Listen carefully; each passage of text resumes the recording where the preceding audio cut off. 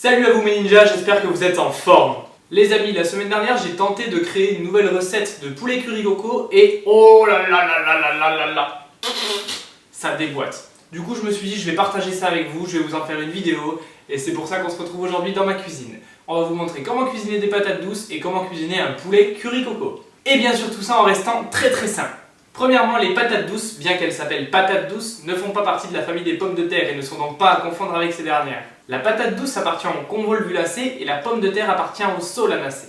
A la base, la patate douce c'est quoi? C'est une plante tropicale et on consomme tout simplement ses tubercules, qui sont, soit dit en passant, très intéressants nutritionnellement parlant. Premièrement, la patate douce elle est très riche en fibres, du coup ça lui confère un index glycémique bas d'environ 50 contre 80 pour des patates classiques, des pommes de terre. Pour les personnes qui sont en sèche, qui veulent perdre du poids ou tout simplement qui sont diabétiques, c'est vraiment une source de glucides très intéressante. Elle a un pouvoir rassasiant assez important, on est vite calé et pourtant c'est 2 fois moins calorique que du riz. Côté macro, ok on l'a vu, c'est une super source de glucides. Maintenant côté micronutriments, qu'est-ce que ça donne en termes de vitamines et minéraux? Sachez qu'elle est très riche en antioxydants. Elle contient de la vitamine C, du zinc, du potassium, du magnésium, du fer, etc. Mais la vitamine qu'elle contient le plus, et je vous mets un petit tableau comparatif pour que vous vous rendiez bien compte, c'est la vitamine A. Elle est aussi très riche en bêta-carotène et d'ailleurs au passage quand vous choisissez vos patates douces, je vous conseille de prendre celles à chair orange un peu plus sombre car elles sont justement plus riches en micronutriments, en vitamines et en minéraux que par exemple des blanches ou des roses. Cependant, point intéressant à soulever, la cuisson. Vous pouvez dénaturer ou en tout cas altérer la qualité nutritionnelle de la patate douce en la cuisant d'une mauvaise manière. Vous pouvez augmenter son index glycémique considérablement selon votre mode de cuisson. Ça vous en avez peut-être déjà entendu parler avec l'avoine au petit déjeuner. Mais le fait de cuire un aliment, en fait plus on chauffe un aliment, plus on va augmenter son index glycémique. C'est pour ça au passage que les fameuses galettes de riz qu'on dit oui c'est un ingrédient miracle pour le régime, non c'est vraiment de la merde puisque le procédé qui fait que ça soit des galettes de riz soufflées, ça augmente l'index glycémique et au final c'est juste une grosse merde qui va te provoquer un pic d'insuline, tu vas avoir la dalle, tu vas manger, bref, tu vas juste grossir. Faire une purée avec les patates douces ou les faire bouillir, justement c'est pas une bonne solution. La meilleure solution, enfin en tout cas la plus simple, soit vous les faites frire à la poêle avec un petit peu d'huile d'olive, mais c'est assez long en termes de cuisson, soit tout simplement vous la mettez au four, mais avec la peau. Pour préparer vos patates douces, 2 solutions s'offrent à vous. Soit vous enlevez la peau, mais c'est pas top niveau cuisson, soit vous laissez la peau. Je vous invite à venir couper les bouts, comme ceci.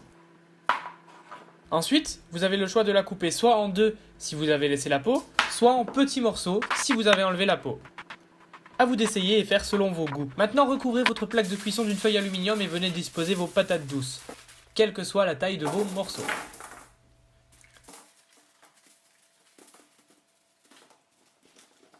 Venez ajouter des épices, du curry, des herbes de Provence et de l'huile d'olive. On vaporise d'huile d'olive les patates et on vient semer le curry, puis les herbes de Provence. On obtient donc ceci qu'on met à 180 degrés pour une durée minimale de 35 minutes. Souvent, la cuisson sera même plus longue. Et après 40 bonnes minutes de cuisson minimum, on obtient ce résultat. On passe maintenant à la préparation du poulet. Il vous faut du poulet, de la coco en poudre, du curcuma, du piment de Cayenne et du curry. Bon, en fait, il vous faut juste 3 épices au choix, mais dans ces 3 épices, il vous faut du curry. Et il nous faut aussi 3 petits œufs tout mignons, tout innocents. Pour doser les épices, prenez une cuillère à soupe, ça équivaut à environ 2 grammes. Le piment, j'en mets un peu moins. À vous de voir, faites selon vos goûts, là encore, et le curry par contre vous pouvez y aller, c'est cadeau. Je viens ensuite fouetter tout ça et remuer pour casser les œufs. J'ajoute ma noix de coco râpée et je remue à nouveau. Si la texture ne vous convient pas, vous pouvez ajouter du lait de noisette, les valeurs nutritionnelles, vous pouvez le voir à l'écran maintenant, sont vraiment top. C'est riche en calcium et en vitamines, donc allez-y, faites-vous plaisir et en plus ça a un goût excellent. Je vais encore ajouter un peu de coco râpé, histoire d'avoir une texture potable. Pendant ce temps, je viens couper le poulet en petits morceaux et je viens les disposer dans la préparation que j'ai fait au préalable. Une fois tous les morceaux disposés, je viens bien les recouvrir totalement, morceau par morceau. J'asperge un peu d'huile d'olive dans ma poêle, je mets à feu moyen et je viens disposer mes morceaux de poulet panés, puisque ça vous fera une sorte de panure, de chapelure, dans ma poêle.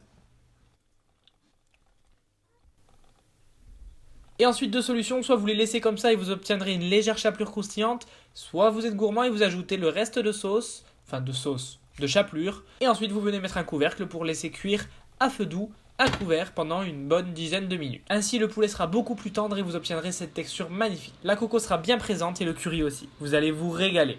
Voilà les amis, donc vous voyez en musculation, non, on ne mange pas tous les jours la même chose, il existe une infinité de recettes, une infinité d'épices, une infinité d'herbes, il suffit d'agrémenter, d'assaisonner ses plats comme on le souhaite, selon nos goûts, et franchement on peut bien manger tous les jours sans se priver. Voilà, à vous d'être créatif tout simplement, n'ayez pas peur d'essayer. Si cette vidéo t'a plu, je t'invite à mettre un pouce bleu, à me rejoindre sur mes réseaux sociaux qui s'affichent maintenant. Sur ce, je te dis à la semaine prochaine, merci d'avoir regardé, c'était Aurélien Roy, peace.